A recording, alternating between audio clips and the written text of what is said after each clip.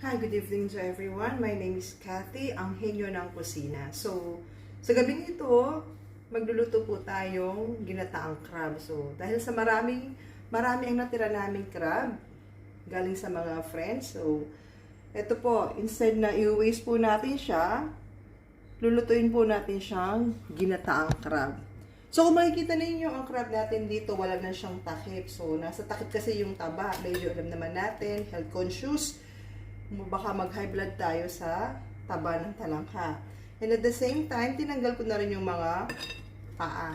Hindi naman natin makakain yung mga paa. So, sa ating ginataan na mga ingredients natin, so, meron tayong chopped onion, garlic, and ginger. So, ang ating sitaw, 100 grams lang to. Then, squash, also 100 grams. And, for the eggplant is also 100 grams, and